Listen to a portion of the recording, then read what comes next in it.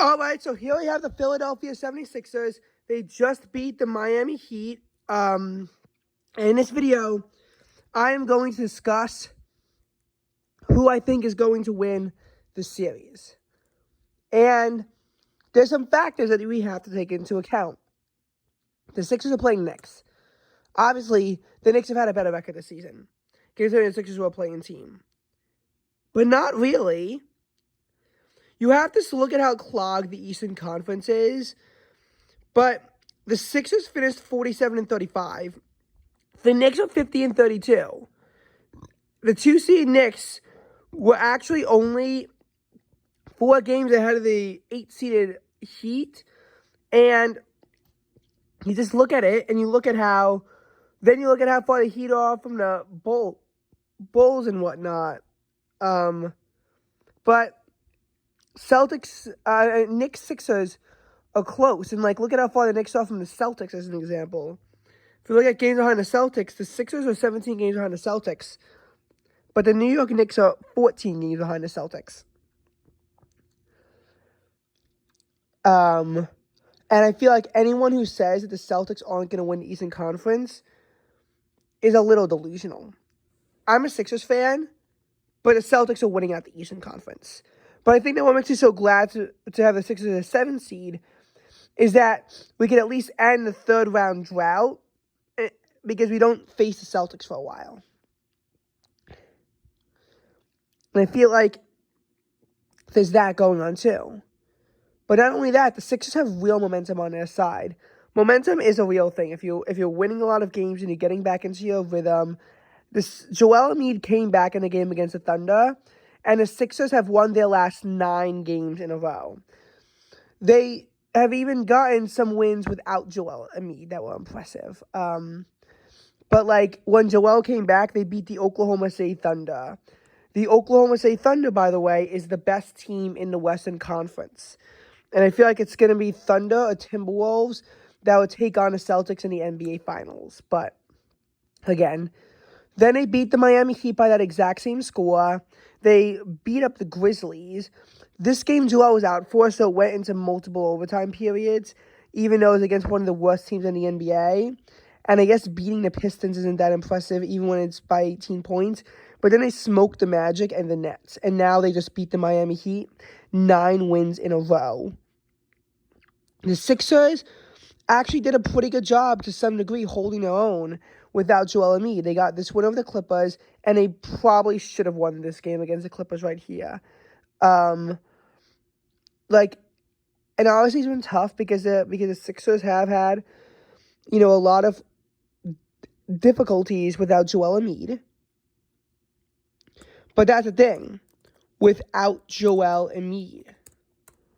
Because looking at the 2023-24 76ers, you can see that once Joel Embiid was out, everything became worse. And his big injury was in this game right here, but he was out for a few games before then. And then from there, everything began to fall apart. Look at how bad their February was. There was a time where they lost 8 out of their last 9 games. And there was a time where they literally could not go on a 2-game win streak. It was bad. B-A-D, bad. It was, and I really wish that this is a time where I could screencastify. And Tobias Harris couldn't play, except in these games right here, stuff March. And I thought, okay, maybe the 76ers are back. But they weren't, because they went on this losing streak.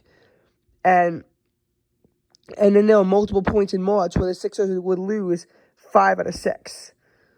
And throughout this whole stretch right here, 14 games, and the Sixers picked up a total of 4 wins. But this win against Cleveland was their last. After this, I'm not saying every single win was pretty, but they won every single one of their remaining games. Look at the Knicks, meanwhile. And yes, I will say the Knicks have had momentum ever since they got OJ Anunoby. But, when Anunoby was out, obviously the Knicks struggled too. And then he came back. And I know everyone's saying that Jalen Brunson should be the MVP. He won't. And that Brunson's their best player. I don't know, though. Because even though this is what it seems to indicate, and I'll give the Knicks this. The Knicks do have momentum on their side to some degree, because they did win their last 5 games. But, I mean, like, they barely beat the Nets and the Bulls. So, again, I don't know.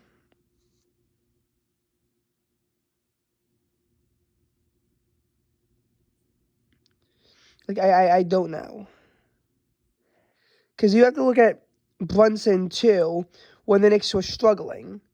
And you have to look at how he was still having big games. But without OG Anunoby, the Knicks couldn't really go anywhere. Look at what they started the new year at, 17 and 15. Then they got OJ. Julius Randle is out, but that might be a good thing for the Knicks. But, I mean, like Brunson wasn't the reason why the Knicks were so good.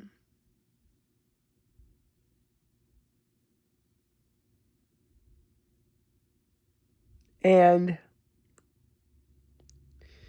you look at OJ Anunoby, and, like, he only played 23 games because he was just traded to them, and he also got a bad injury. But, like,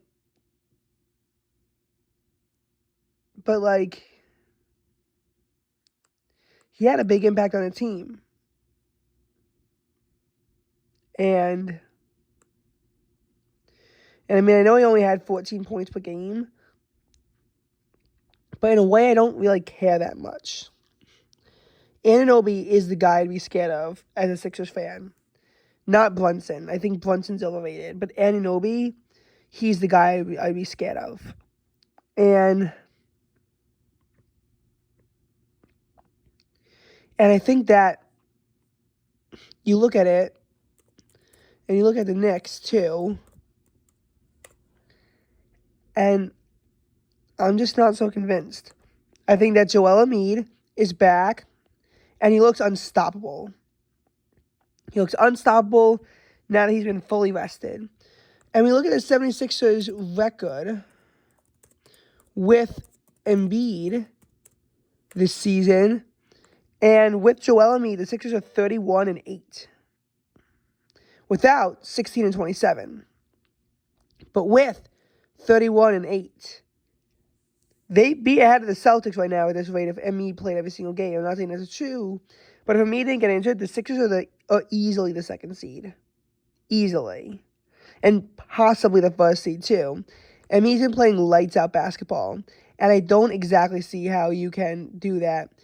Then you look at Maxey and how he is averaging 26 points per game himself, and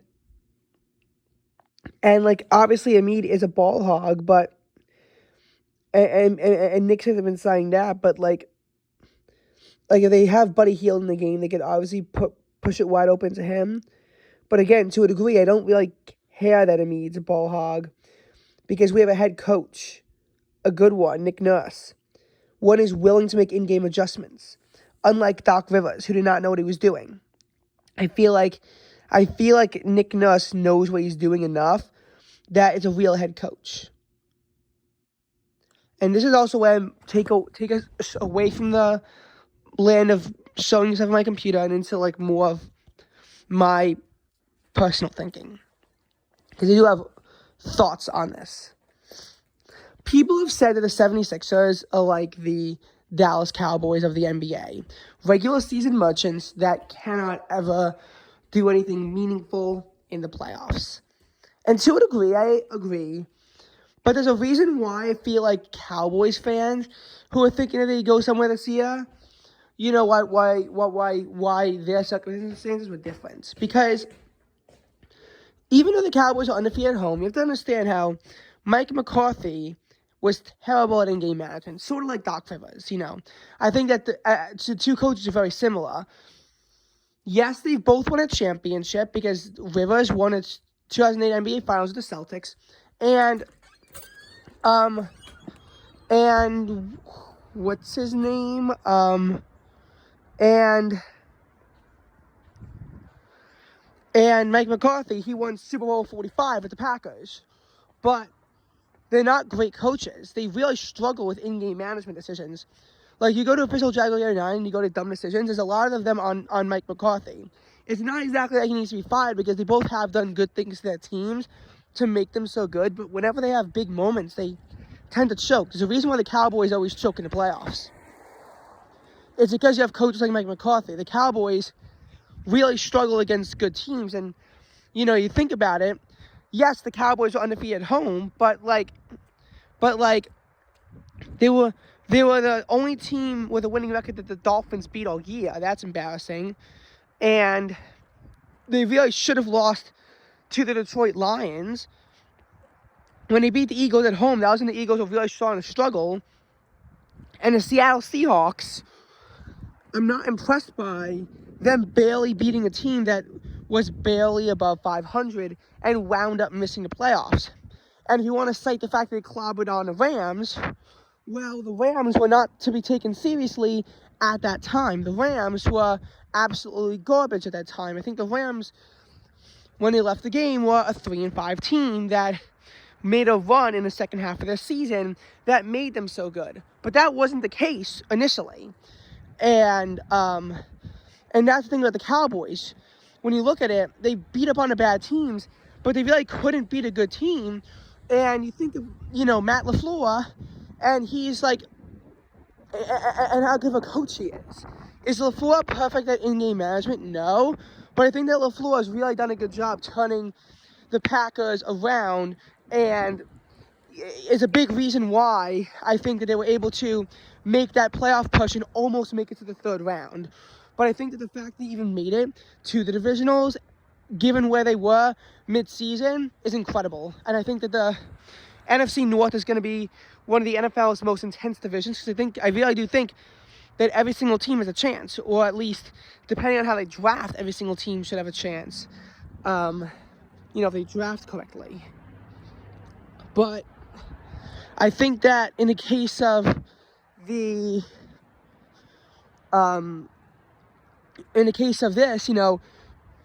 you had Doc Rivers, and he was a big part of the problem in Philadelphia, because unlike the Cowboys, it wasn't like the Sixers were in a position where they were always making the playoffs.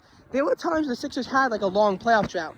2018 was the first time the Sixers were in the playoffs since 2012. So there were long playoff droughts in there too. I think the Cowboys' longest in their drought was just 3 years. The Sixers went through a 5-year playoff drought. 5 years in a row of not making the playoffs. So that's different. And I forgot who the head coach was before Doc Rivers, but you had a head coach in there that, again, choked in the playoffs. And he got fired in 2020 because the Sixers, I guess, were fine with second-round exits, but getting swept in the first round, they were not fine with. And then you have Doc Rivers, who, again, chokes in Game 7s of the second round. But I think that what you have to think about is first of all, 2020, the Sixers seeding wasn't great to begin with. You have to think about how, for the 76ers, they have Nick Nurse. They have a coach like Matt LaFleur who can go through adversity and still guide the team. And I'm not saying that Nick Nurse has been a great coach, because I feel like benching Tobias Harris is something that should have happened a while ago. But at least he's a coach who's willing to make in-game adjustments. At least he's a coach who's willing to adapt. At least he's not Doc Rivers, because Doc Rivers really ruined the Milwaukee Bucks. He really ruined the Milwaukee Bucks. He ruined the Bucks, and I think the Bucks are going to be first-round exits. And I'm not in this, trying to say that the Knicks are a bad team. I think that they're actually a very good team, but I think that the Sixers slightly outmatch them, because if they can't cover Joel Embiid properly, they'll be in trouble. I don't exactly know if the Sixers have an answer for Jalen Brunson, but I don't fully care, because I know Brunson will never be like Joel Embiid. And I think that the Sixers just stack up better. They have more weapons, and the Sixers are also a better coached team. Like looking at how without Joel Embiid, they still played. I don't want to say they played well, but they got 10 wins. Actually got 11 wins without Joel Embiid. They got 11 wins, and they didn't play great, but there were games where they really looked competent in. And I think that it's true. The Sixers aren't going to have the home court advantage, but the only time they beat the Knicks this season was at MSG. And I will say that the Knicks did clobber on the Sixers the one time that the teams were both fully healthy. But Embiid has gone 16-3 against the Knicks in his career. And I feel like that game was also back when Nick Nurse wasn't as great of a coach, because he didn't have to deal with how to make adjustments without Embiid. I think that, like back in January, the game plan could be contain Embiid. Now, the way they've been playing is that it's not as easy to contain Joel Embiid because they're now spreading the ball out more. They've shown what Tyrese Maxey can do, and he's the heavy favorite to win NBA Most Improved Player of the Year, and for good reason. And I think that the 76ers just slightly outmatched the Knicks. So as such, my prediction is going to be for the series, Sixers in 7.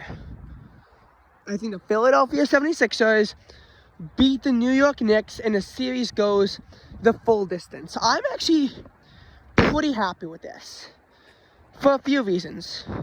First of all, if the 76ers can beat the Knicks, then I can get payback on all the Knicks fans who are also Giants fans who made fun of the Philadelphia Eagles when they collapsed. Which, again, is what happens when you have coordinators who are unwilling to make in-game adjustments. And I don't want to say that I hate the idea of Nick Sirianni coming back, because I think that Nick Sirianni did lead the Eagles to the playoffs all 3 seasons. And I think that he actually did do a good job rebuilding that team. But I think that his coordinators were definitely garbage, and I think Sirianni did enough. There's a reason why if the Eagles do badly in 2024, that Sirianni is likely to be fired. If the Eagles, do poorly in the 2024 season. So that's that. And I also think that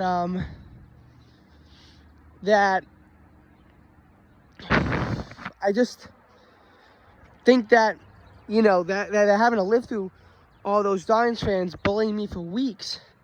It's almost as if I can get a taste of payback if the Sixers wind up beating the Knicks in the series. Also, I think that it'll be great, because if the Sixers can beat the Knicks, I think that they finally get to the 3rd round. Again, that's what I think.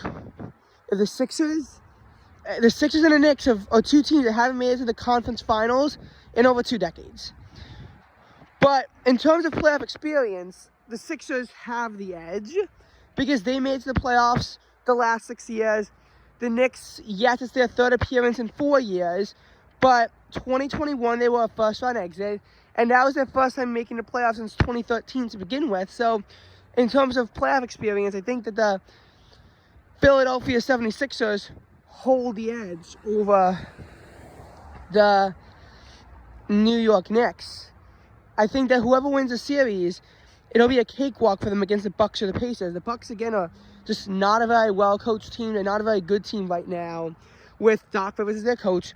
And the Pacers, I'm not scared of the Pacers. Although I do have a feeling the Bucks will still beat the Pacers. So I think that, again, the Philadelphia 76ers, I think that they can make the 3rd round this year. Like, I genuinely think that. Because, again, I have enough confidence that they can somehow pull out a win in the series. And I think that's going to be a very good series. I think that again, it's gonna come down to a winner-take-all Game 7 at MSG. But I have faith that Nick Nurse can get the job done, unlike Doc Rivers, who couldn't get the job done. And again, that's my thoughts. And I feel like another reason why this is so exciting to me is that it really shakes up the playoff standings. Because normally, we're used to a world in which higher seeded teams are going to beat lower seeded teams. But if you have a healthy 76ers team that's at the bottom because they were injured all year, that can make it more fun. And you have to think of the 2023 Miami Heat playoff run, and to a degree, the 2023 Los Angeles Lakers playoff run. I mean, they weren't exactly favored to win those series, and they got done anyway. And if you think about it, the Sixers doing well this year will be the opposite of them being regular season merchants. They struggled in the regular season, and then they made their move in the postseason. And I think that that's just exactly the spark that the Sixers team is going to need. I will say this, though. This is my final concluding thought. If the Sixers lose this series, then their championship window with Joel Embiid, I think, is officially closed. I think. Because, yeah, you can make arguments and excuses as to why the Sixers still should have a chance, but, like, think of the Cowboys. The 2022 Cowboys were a 5 seed that wound up beating a 4 seed on the road, and then having a close game against San Francisco, in which they embarrassed themselves, but it was still close. And people thought that they could maybe make it to the NFC Championship. And when they went undefeated at home and on the 2 seed, that's what everyone was thinking. That they would be able to win and make it to the 3rd round. Then they got humiliated 48-32 by the Packers. So now no one can take them seriously, because right when the Cowboys in 2022 showed signs of being able to do at least somewhat well in the playoffs, they completely choked in 2023. And you look at the 76ers, it's a similar story. 2021, finally it seemed like it was going to be the Sixers' year, because they had finally gotten the number 1 seed, only to lose in the 2nd round to the 5-seed Atlanta Hawks, in which they squandered a 26-point lead in Game 5 that wound up being the deciding factor. And 2023 against the Celtics, where they had a 3-2 edge, but they just didn't utilize a lead in Game 6, and they got squashed in Game 7 by the Boston Celtics. Again, when they had finally gotten their first MVP candidate since 2001. So I think that whether or not you can consider them to be serious contenders, it's got to be this year, because now you have a head coach who's not a clown. So I think that definitely works in the Sixers' favor to have, like, a somewhat competent head coach who, like, somewhat knows what he's doing. Somewhat works in the Sixers' favor. And again, we're gonna have a healthy Embiid, so I don't think that we have to really worry about Embiid getting a bad injury from being overplayed, because he just came back nice and rested, and his catastrophic injury thankfully came in the middle of the season, not at the end. And I think that everything has just been pointing towards a Sixers Cinderella run. So if they do lose in the 1st round, I think I can consider the Sixers championship window to be officially closed. I think that the Sixers' only real chance is they just have to win in against the Knicks to keep their championship window alive. If they fail this year, then I really can't take the Sixers seriously myself. But again, like, competent coaching helps. Like, Doc Rivers would have lost that playing game against the Miami Heat. Make no mistake about it. Doc Rivers would not have been able to have win that game against the Miami Heat when the Sixers were down by 12 and looked like clowns. But Nick Nurse knew what he was doing, and the Sixers pulled out a gutsy win. And that's all I'll say. Gutsy wins that Nick Nurse can pull out, Doc Rivers couldn't. And I am praying on the Milwaukee Bucks downfall. That is all.